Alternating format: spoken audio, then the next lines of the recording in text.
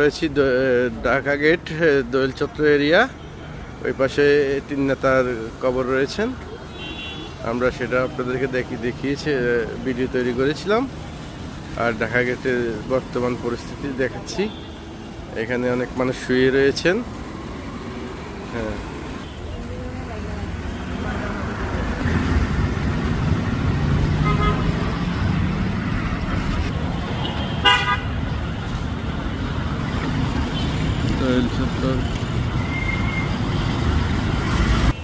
দোয়েল চত্বর এখানে সুন্দর ফুলের টব রয়েছে,